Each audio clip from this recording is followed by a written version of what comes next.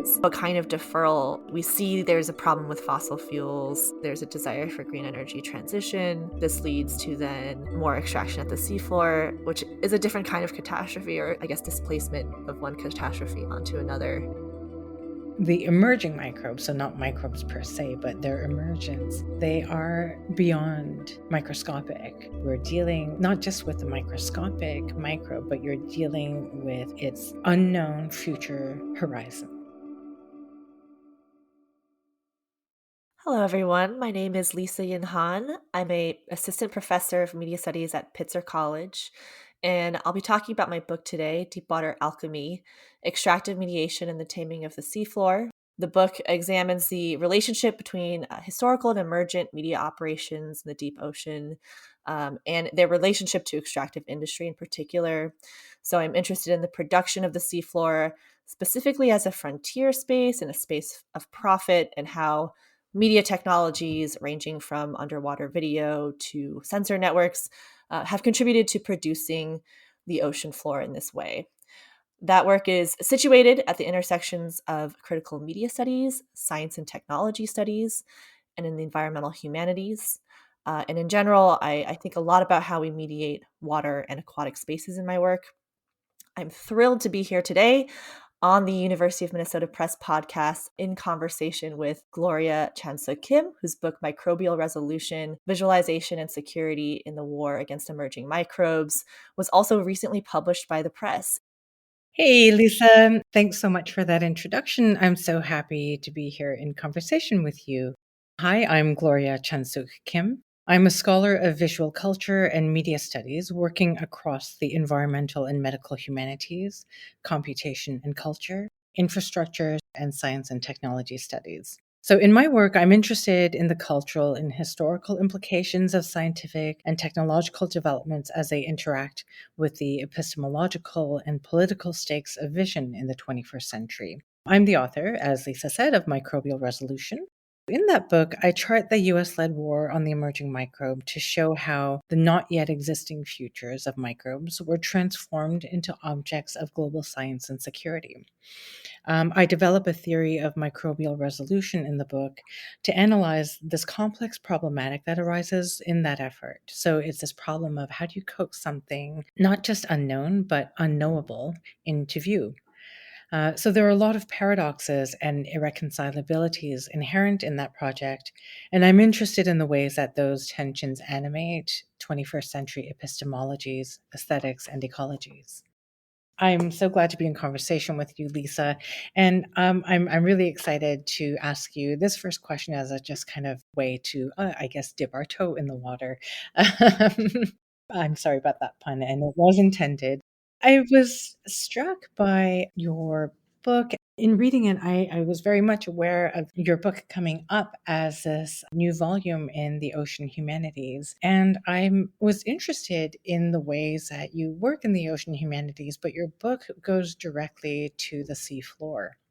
Um, so I wondered if you might talk about the move of just going straight there to the seafloor. And, when we're doing elemental analysis, as you and I both do, we're often thinking with and through the materiality of our objects. So, that means in the ocean humanities, we've come across analyses that are grounded in the materiality of things like the salinity of water or the pressure or transparencies and opacities of water, these kind of ideas of flow. And so I'm wondering how you might think elementally about the seafloor and how that has kind of changed or shaped your thinking around that. Yeah, great question, Gloria. Thanks for that opener. I'm definitely influenced by a lot of the existing work in the ocean humanities, or blue humanities as it's sometimes called. Much of that writing is sort of focused on the surface of the sea, and that has to also do with our popular media cultures and our popular imaginaries about the ocean being sort of very centered on these more accessible parts of ocean environments, the littoral spaces, the beaches, the surfaces. And so I was interested in the specificity of the deep sea and the seafloor in particular, and also thinking about like the entire volume of the ocean, really the ocean as a space for volumetric mediation. And so, to your question about the elemental framework, which of course was a huge influence for me, I had been reading, for instance, Melody Jew's work on um, ocean media, and thinking also about that, like how that changes the terms through which we understand mediation. So the seafloor is interesting to me because it really is this trans-elemental space. It's all about the interplay between fluid and solid. So the thing that comes to mind for me is the importance of sediment in this conversation. The movements of sediment become so important to understanding how the seafloor is made, but also how it's extracted from and how it's visualized.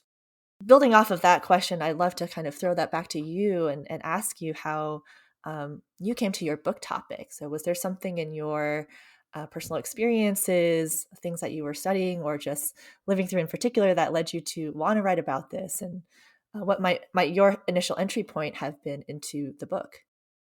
Yeah, I'm happy to get to that question. I just want to come back to your response and just say that it's been really exciting to read a book in the blue humanities that takes up sedimentation and ground and earth, because this is precisely this kind of complication of the ocean medium that I think is a really welcome kind of intervention of a different kind of materiality into that space.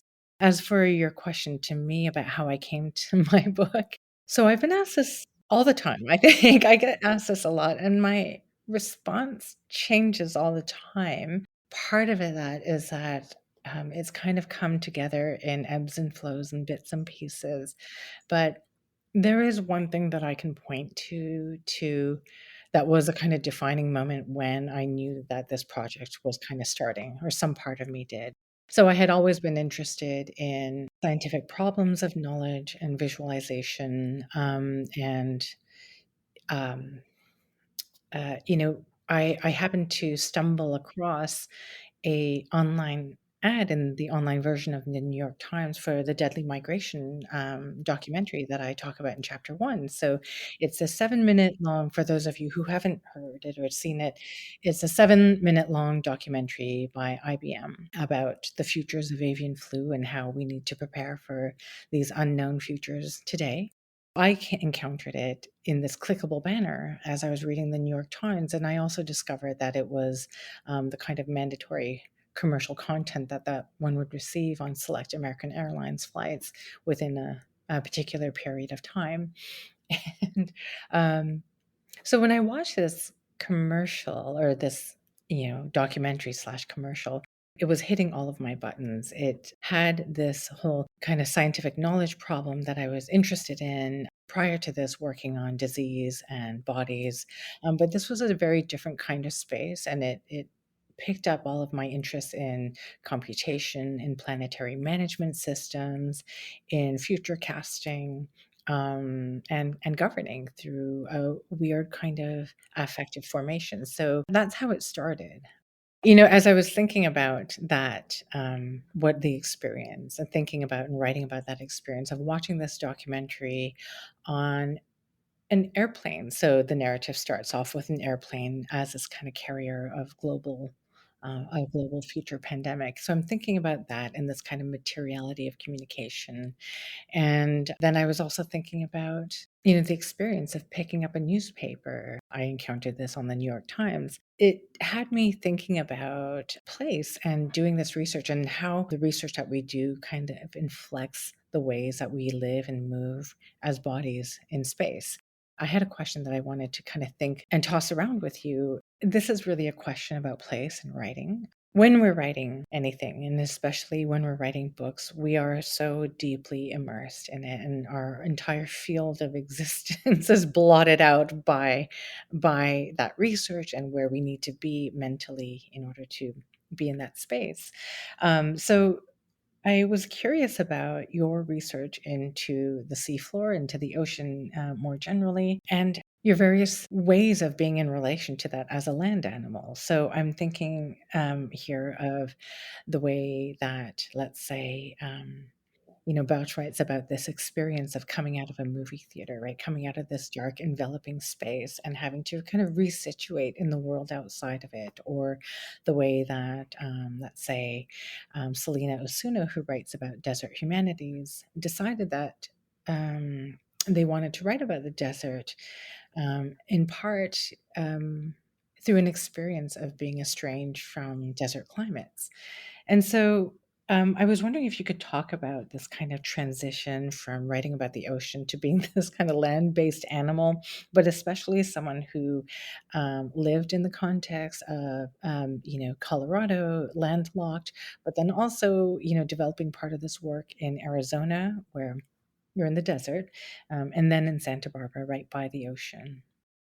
Yeah, I love that question, and what you said also about your initial entry point, thinking about that film, and it made me really think about my own embodied experiences as well with the anxieties of pandemics and being in airports, especially where we get so much of that mediation. But in any case, for me, it's funny because I think a lot of what I've come to as a scholar is precisely because I haven't been in placed, right? Like as a media scholar, I hadn't really grown up watching like a whole lot of television. I didn't have cable. I think being in the ocean also definitely part of this was in place. I was writing the early parts of this book in Santa Barbara, where I did have that proximity to the sea. But then in being in the desert, you come to think of water a little bit differently. I mean, it's definitely still at the forefront, but it becomes much more so a question of scarcity and also management. And so when I was at ASU in the Phoenix area, I was thinking about that. And also the interesting similarities. I think the desert is a highly productive way of thinking about the oceans because there are all these similarities between how we imagine desert spaces as empty, and conquerable, and how we imagine the oceans also as vast, empty spaces, spaces for waste, right? And so that becomes an occasion to reflect on how some of these questions about environmental justice or environmental harm might cross between different kinds of environmental spaces for me. What you're saying right now reminds me of some of my experiences of the ocean. I'll full disclosure here, I'm Canadian, and I grew up in the Northeast. Um, and I've just, fairly recently, my whole life has been around, research positions in the Northeast and East Coast and the Midwest. Um, and then I moved to California. And right now, I work in the desert. That's where my institution is, but I live right by the ocean. So I live in Long Beach, California, right by one of the major logistics ports of the US, but also right by the oil islands there in the ocean. So for those of you who don't know what this area looks like, in the ocean, you have this large there's a Port of LA, and then you have these, 3 or 4 islands not too far from shore, and they're populated by what appear to be palm trees and these kind of vague architectural structures, um, like a tower of some sort, but they're actually pretend. So what these are oil islands. The palm trees and the other structures there are there to conceal this infrastructure.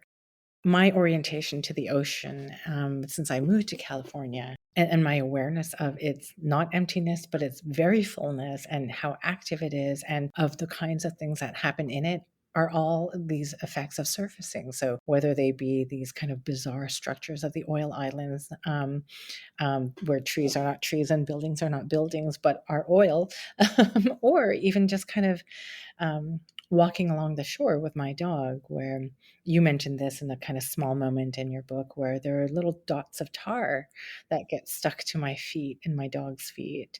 I see very sadly some of the animal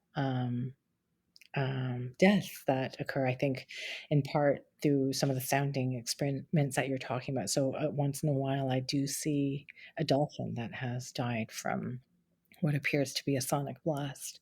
So there's this really interesting kind of relationship between surface and depth. that your work is kind of calling up to me. So when you go down to the seafloor, it's really interesting that you do that because I experience all the surface effects of it.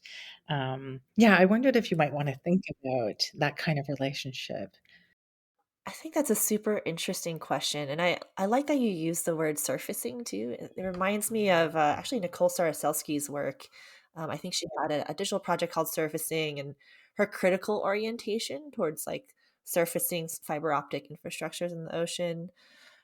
So, I see the surfacing the kind of surfacing that you're describing here about how infrastructure is made visible in very specific ways. I think that speaks back to a lot of early work in infrastructure studies that was sort of making this argument that infrastructure is invisible, right, until it breaks. But that's not the only way that it becomes visible, and sometimes that surfacing is about spectacle, right? Like transforming a liability into an asset, right? By like making an oil infrastructure beautiful, or we see that also with cell tower infrastructure, right? um, through design. Of course, not all surfacing is profitable. Not all surfacing fits into that kind of condition of making do and adapting the product, right?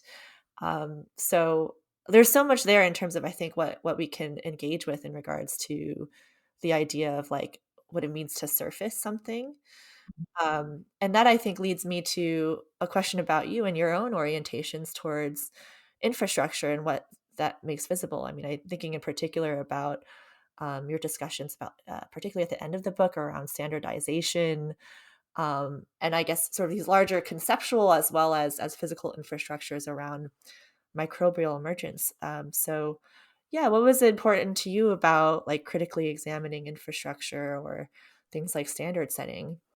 I love infrastructure, and I love logistics. So the last 2 chapters are about infrastructure and logistics, which is kind of weird maybe at first take because we're talking about microbes, these really and not just microbes, but emerging microbes. So these things that don't yet exist, right? So one of the things that in the process of researching and writing the book and talking to people about it, one of the things that constantly kind of came up was this kind of confusing materiality or immateriality of microbes and emergence. So I guess I want to say 2 things. One of the things that I was trying to do in writing about emerging microbes in relationship to things like logistics infrastructures was to really kind of pull into a very kind of durable materiality, all of the kind of stuff that kind of gets built up around this kind of scientific knowledge project, right? So, in talking about infrastructure and logistics, I'm trying to show that this project that gets erected around this ever-present possibility that never fully arrives actually has these really, really material effects, right? They are ecological, they are infrastructural, and they kind of move through the world in these very systematic ways. Um, Another thing, another reason why I'm interested in infrastructure and logistics in this discussion is because um, in again, in the course of reading and researching and talking about this topic, one of the things that I really noticed, both in official discourse and in more casual discourse, there's this kind of confusion about what the horizons of possibility were for, let's say, global health, right, around pandemic management. There's a way in which a lot of these kind of, so let's say, activist discourses or progressive discourses was some oftentimes come to dovetail with some of these more militarized and corporatized forms of dealing with pandemic risks. So this is a point where we saw with COVID a lot of people across whatever political spectrums or whatever social beliefs were pleading for more preparedness, like, oh my god, why weren't we more prepared, right? We should have had more stockpiles of this and that. And so one of the things I really wanted to kind of get at was, so this is a kind of militarized discourse that has kind of taken hold over this area, this topic. And one of the things that I'm trying to do as I'm talking about infrastructure and logistics is to kind of show clearly through the policies values that determine how these kind of conduits of transmission and sharing and all of those standardization and harmonization, how all of those processes, what actually ends up happening through them is this kind of very clean neoliberalization of these things. So part of that kind of larger effort, as I discuss in the book, is a way in which when you have this kind of system, it becomes very difficult to decipher what is humanitarian and what is an extension of a war logic, right? But I think in drawing out the infrastructure and logistical kind of arrangement of the bioeconomy, I'm trying to show the reasons why it feels so hard to kind of move in that space and why it feels so hard to think outside of it. Wow, that resonates so strongly. I mean, this idea that the humanitarian and military gazes not only intersect but are so wrapped up in each other. I think that for me really resonates with what I was thinking about around conservation and its kind of entanglements with militarization also, right? And neoliberalization. That, gets me thinking around your book and the ways that we mobilize this kind of similar dynamic. We both look at that text, natural capital, right? But this moment where conservation and enclosure come up in the same take, right? And where they are not contradictory, they are not no longer contradictory in such a logistical system and through these kind of policy infrastructures or regulatory infrastructures, what happens is that they actually do are made to dovetail, right? They come together cleanly. You can have the biospheric and the economic come together without contradiction, right? Or where they do contradict becomes a site of productivity in terms of capital, right? So you talk about this in your book, in that kind of salvage and extraction dynamic. So do you want to take us there for a moment? Absolutely, yeah. So, in the first chapter of my book, I lay this out in my discussions of shipwreck salvage. You know, this is one of the dominant ways in which we mediate the seas or understand the seafloor, right? I think if you ask the layperson to imagine shipwreck media, they might tell you about the Titanic, right? They might tell you about shipwrecks, and so I was thinking about the politics of that, really how those dynamics around salvage are unfolded into projects of nation building and the ways in which how we understand, how we mediate or imagine the seafloor as a kind of archive of the past is at the same time um, tied to this dynamic of extractivism and frontierism that I talk about, right? The need to also build a particular kind of future from that ability to narrativize the past. And so that's where I kind of come up with this idea of a salvage extraction dynamic that really, both institutionally, as you were talking about, right? Like there's an institutional connection to all this, and on the kind of more like figurative level, we see these collusions between extractivism and uh, ideas of heritage and ideas of preservation of culture. I mean, you brought up shipwrecks, so now I wanna go there. I like that you begin with the scene of wreckage.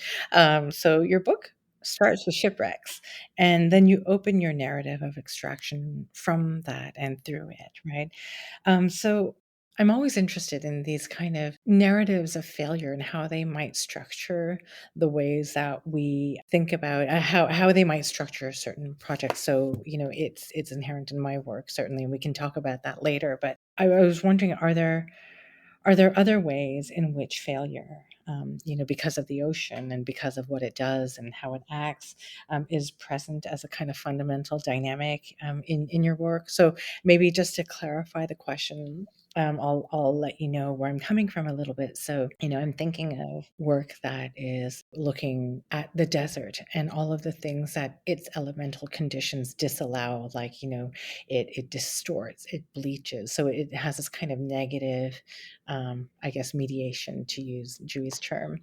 But then I'm also thinking about books like Christopher Hoyer's book, Into the White, where he too starts off his book with failed Arctic exploration efforts, right? And the book is in part, about this kind of visual theory structured by a fundamental condition of the inability to see in the Arctic. And the quest for the Arctic is kind of dotted and populated by stories of folly and hubris and disorientation and, literally ice coming into people's eyes and blocking vision. And so I'm wondering if there's a kind of larger structure of failure or dynamic at work in the things that you research in this book.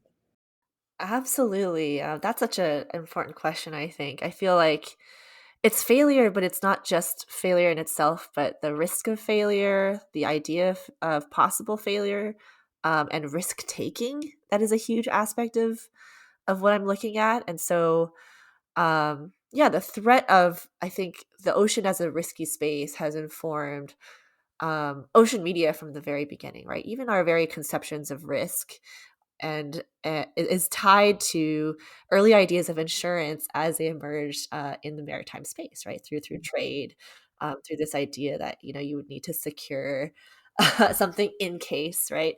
And so for me, like it's yeah, it matters the way that because the ocean is seen as risky as a space of failure, potential failure, underwater mediation then becomes this heroic act of overcoming in the wake of that, similar to space, similar to, I think, to microbial emergence, right? Like this dynamic that I think it was Paul Virilio, right, who said this, that when you invent the ship, you also invent the shipwreck. There's a kind of inevitability to ruination, but also a productivity in that also being present. And so that I think really gets to a question that I want to ask you, which is, I think you talk a little bit about catastrophe or catastrophic deferral specifically in the final chapter. And it's different than the kind of, I was thinking like in the early years of the COVID pandemic, right? There was a kind of like sense of catastrophe. Now we've kind of entered this stage of like, yes, there will be more. We know that there will be more. We're anticipating catastrophe after catastrophe. And so I'm kind of yeah, I'd love to kind of throw that back to you and ask like how you think about how that like discussion of risk and catastrophe changes in the wake of microbial emergence in these projects to also then like secure, I guess, the microbial future. Yeah, so I'm thinking about and I'm hearing that question right off the tails of our conversation about failure. A spoiler alert of the book is that in the end, so I describe all of these technologies and techniques that have to kind of bring this unknowable and ungraspable future that's always changing into stability as a scientific knowledge object. And I call that whole process in the project microbial resolution, right? And then in the end, we come to see that, in fact, all of this stuff, all of the policies, all of the technologies, all of this and that lead basically to us to an irresolvable scene. So at the crux of the project of microbial resolution is failure.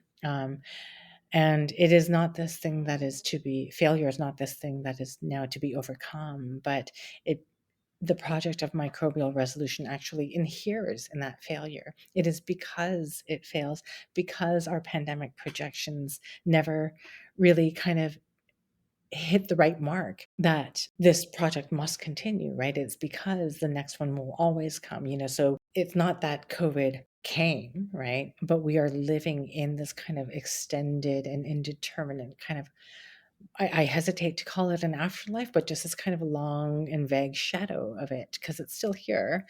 But even as we're doing that, and even as that event has happened, if I can kind of use a present tense, put past tense loosely for now, the gaze of microbial resolution is always on that next thing. And that's a quest that is just, its logic is not to ever end, right? So, in terms of catastrophic deferral, I can't remember the exact context in which I use that phrase, but it resonates throughout the project where um, the point of all of the war on emerging microbes is not to end emergence, but in order to, this becomes a question. It becomes this quest to kind of ride the productive waves of its continually deferred disasters, right? So we will always be preparing for the next one, right? We will always take our past experiences as this way to kind of think and kind of anticipate and live in that kind of anticipatory mode, right? So that catastrophic deferral um, animates this idea that we're living in these kind of multiple temporalities, and all the contradictions that brings into its fold, um, animates the conditions of living today. Yeah, very much so. That resonates for me in my discussions of seabed mining and in general this, the energy crisis that we experience alongside that, right? That there is also a kind of deferral going on where um, we see there's a problem with fossil fuels, and so there's a desire for green energy transition.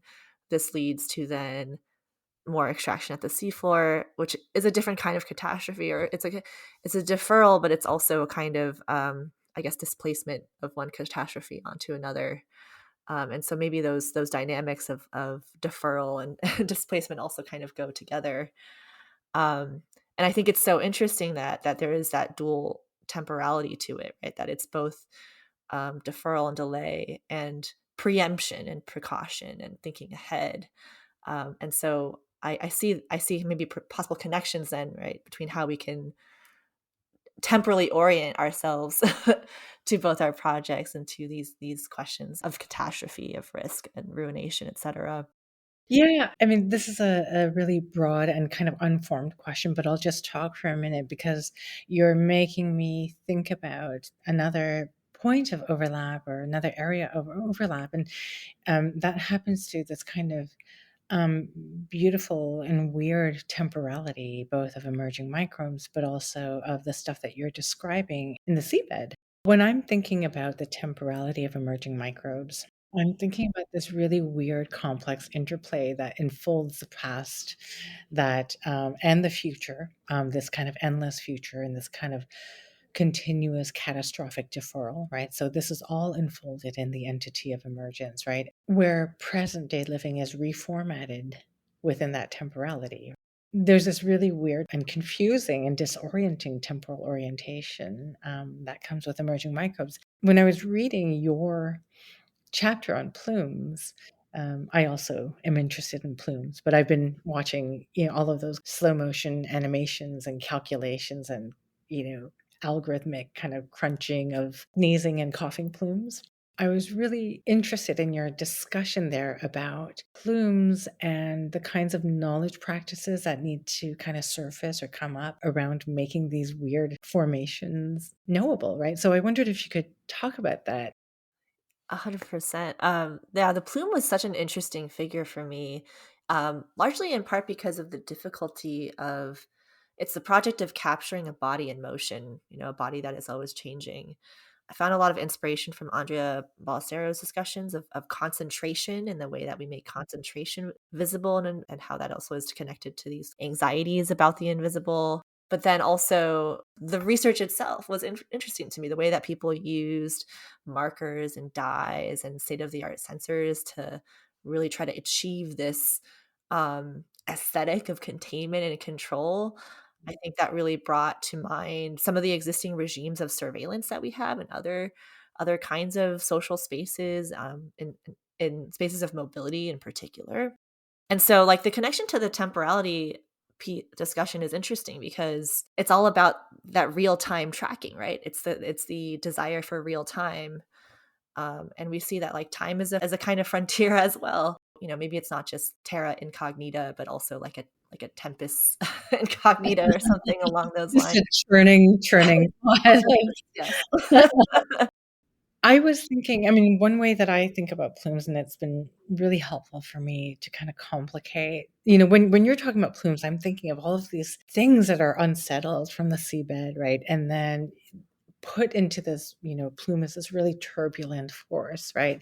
And it had me thinking about plumes in my work, which I'll talk about in a second. But um, I was thinking about things like, so Adriana Petrina in Life Exposed, it's a book about the Chernobyl, a nuclear power plant, meltdown in 1986. Somewhere in the beginning of the book, there's a kind of map of the plume of radiation. And what was interesting about this plume and in Petrina's discussion of it was that you have the plume that you can see, right? But it's radiation, it's nuclear technology. I mean, the plume is this thing that evades territorial boundaries. It really complicates questions of bodies and citizenship and what rights a body has in relationship to something that's been affected by, let's say, a different state, right? So you have the plume, the visible plume, but then you have all of the kind of shadow effects of that.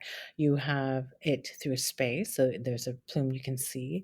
Then there's all of the radioactive stuff around it that can't quite be traced, right? Then you have the plume kind of acting and unfolding generationally through time, right? So that plume is still active in ecologies and bodies and so on and so forth today. And this brings to mind the kind of aquaceous plume mappings around Fukushima Daiichi, that nuclear power plant meltdown. I'm interested in that formation of the plume as this thing that has to, because it calls into being all sorts of scales beyond the visible plume, all sorts of temporalities beyond what is visible there in the moment. Something that, and for me, it involves like a sneezing plume or a breathing plume, is a scene of great material displacement, right? It's just things being moved from one place to another that are coming into a body, that are going out of a body. And so that kind of what we might call your tempest in a plume um, demands these kinds of that the cultivation of different kinds of knowledge practices and perceptive capacities to try to get a hold of that. That's kind of how I've been thinking about it in my work, and it's been helpful to look at it in the seabed because you have the ocean, which we think of as water and salt, which is an oversimplification. But then now, when you introduce all of the material displacements of sedimentation, it becomes an interesting, very messy object. This is great. Yeah, um I think you're so right, and I love that you invoke like both this question of bodies and the multiscalar ways in which bodies are kind of like intersected with these forces. I mean, so much about the tensions around like perception. I think you mentioned this also in your own formulations of resolution, right? Like resolution is kind of about scale. I think you talk about this metaphor of the fishing net and like what falls through the net, and the pixel is falling through the net. So I think it's important to me to think about that scaling up and the scaling down that happens with and the plume is a great figure for being able to kind of think about the mediation across scales.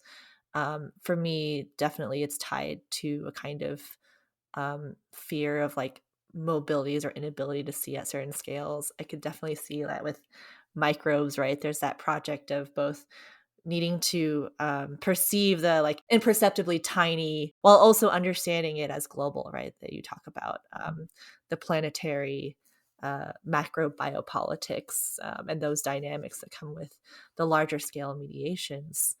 um, so yeah, I'm curious maybe if you can kind of also reflect on the role of scalar mediation for you and it's also relationships to these questions of security.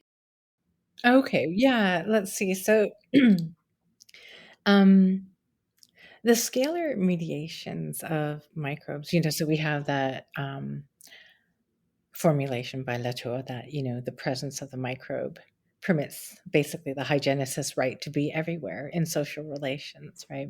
But for me, the really interesting thing about the emerging microbes, so not microbes per se, but their emergence, is that they are beyond microscopic. In fact, they are immaterial because, I mean, immaterial in the sense that they don't yet exist, right? We're dealing with not just with the microscopic microbe, but you're dealing with really its unknown future horizon. And so it's it's not even the minimum, it's just this thing called possibility. So in the book, I'm really interested in understanding how this risk and this kind of ever-present possibility um, infuses. for lack of a better word, that's kind of the planet. So when I think about in that chapter where I write about macrobiopolitics, I'm interested in working through. We'll talk about plumes, but Celia Lowe's notion of the viral cloud as this kind of inseparable formation of relations and entities and things that when we're thinking about viruses and microbes, we're not, and I'm not thinking about that little kind of microscopic thing. I'm thinking about this incoherent kind of ungraspable force and how that might scale out and how fears around that and a kind of global scientific project to make knowledge out of that informs planetary existence, I suppose. Yeah. I mean, I wondered, thinking now about these diffuse formations like plumes and clouds and breath actually brings me to a question that I'm burning to ask. And I like asking this of a lot of people who've written books, but it's a question that was asked to me by a graduate student at NYU in the books that one writes, there is a subject, there's a topic, there are its objects and its archives, right? They're the core things that so you wrote about the seafloor and mediation. So we expect certain things to be there, certain people and scholars to be in conversation with you. And I did the same with microbes. Um, but this student pointed out that all books they understand are haunted. That is to say that there's a lot of literature and scholarship and all of the stuff that authors are thinking alongside and with, and they're not really the object itself, but they help to kind of inform and shape a lot of the thinking in the book, even though they may not be directly about its topic. So um, if that makes sense as a question, I wondered if, or as a provocation, I wonder if you might take that up and think about and talk to us about what were some of the kind of places around the book that don't appear as its main objects. That's a great question. I think my mind goes in two directions for this. The first is definitely waste. There's so much amazing work around plastic waste in our oceans, other kinds of waste. And I was thinking about it the whole time, even though I don't necessarily address waste directly. I mean, the plume chapter is about, a kind of toxic plume, but um, that literature is so connected to the conversation about extractivism as well as something that produces waste. Since I've written the book, I've just continued to think about waste a lot. It's become a lot more central after the fact of the book.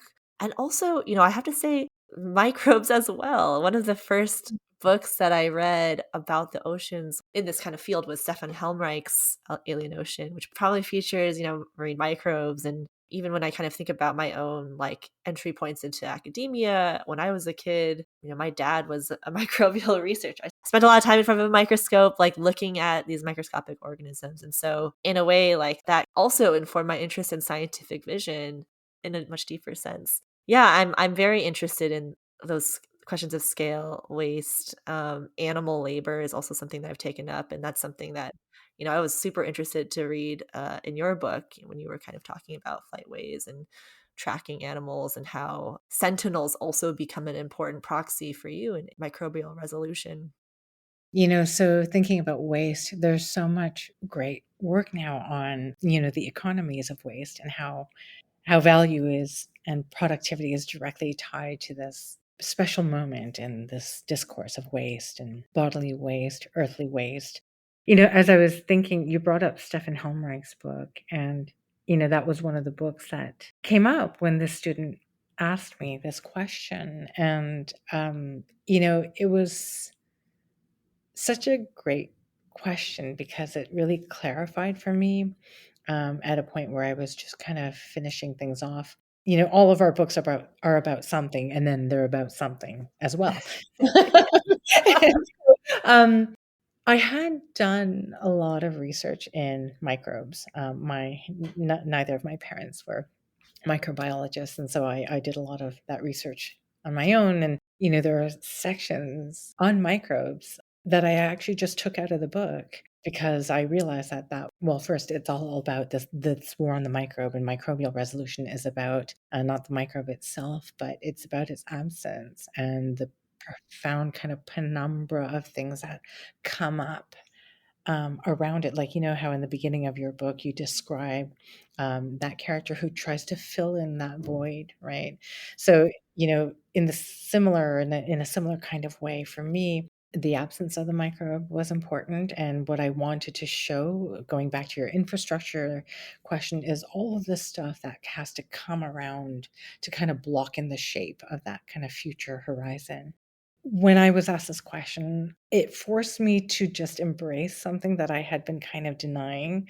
I don't know why, but writing is a struggle.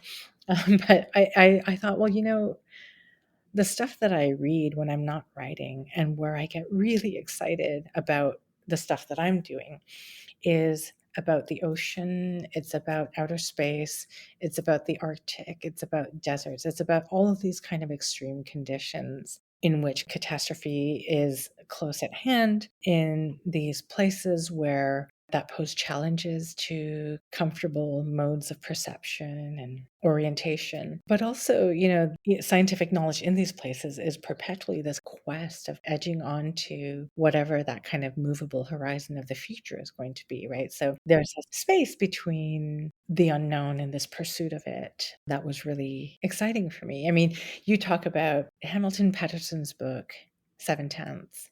And that chapter about the deep, where he talks about all of these ways of fantasizing about the deep, um, you know, different densities, different, quests. That was really evocative to me as I was thinking through how are we going to try to build out this social project around this kind of abyss called emergence. That's the other shadow I think is space. So I think it's super interesting that you brought that up too. I mean, I don't know if you don't mind elaborating also, like, what was there something specific about space that you were thinking about? And yeah, I love the question as well about the stuff that didn't make it in the book. I'm curious if you would be interested in elaborating more on what didn't quite make it in the book, but maybe things that like you've taken up afterwards. Well, a lot of bad writing didn't make it into the book, and, failed thoughts, didn't make it into the book. In terms of the first part of that question was about outer space in particular.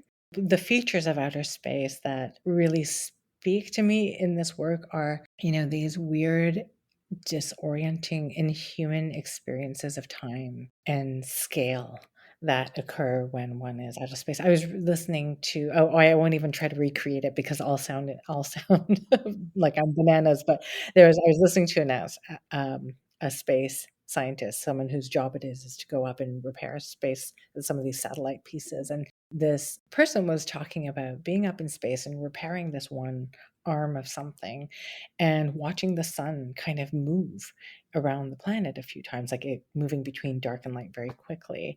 And I just thought, oh my God, that's such a trip. It's such a different orientation to time. To have to try to orient one's body and mind in that is a really exciting thing. Where that is taking me in the future, I won't say too much right now because it's still in formation, but I am in my second book moving towards a study in extreme environments and revisiting some of these questions and redirecting some of them. What about you?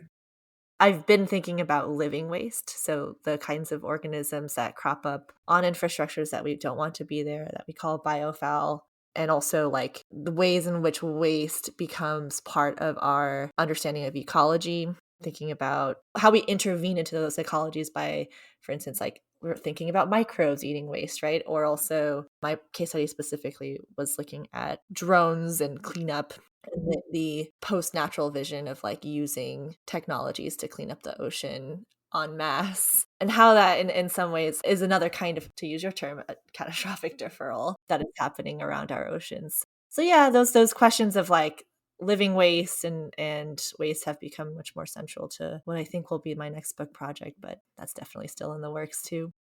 When I teach my course in elemental media and I show, say, internet cables in the ocean, or these, let's say, Microsoft's data storage centers that are submerged in the ocean. And when they're pulled out, or when someone goes to repair them, you have this footage of all of this, I guess what we call biofouling on these infrastructures. Students are always shocked to see that, because it is so at odds with how we think about the internet, or, the cloud as surrounded by delicious little sea creatures. Yeah, I mean, I guess I just want to say, Gloria, that reading your book really helped me rethink my own projects, particularly your articulation of resolution as kind of being the main framework. I really enjoyed that, and also the discussion of resolution and what doesn't get resolved. And so I appreciate so much that we were able to be in conversation about this, because in some ways I think we're telling a similar story, but in different realms. Yeah, that is one thing that actually came to mind when I was reading your framework of alchemy. We're both using this analytic, yours, alchemy, mine, resolution, in various ways, but as this transmuting dynamic of mediation. Thank you so much for sharing it with everyone. I'm glad it's out in the world and floating around, bobbing its head here and there. The metaphors continue. This has been a University of Minnesota Press production. The books Deepwater Alchemy by Lisa Yin Han and Microbial Resolution by Gloria Chansuk Kim are available from University of Minnesota Press. Thank you for listening.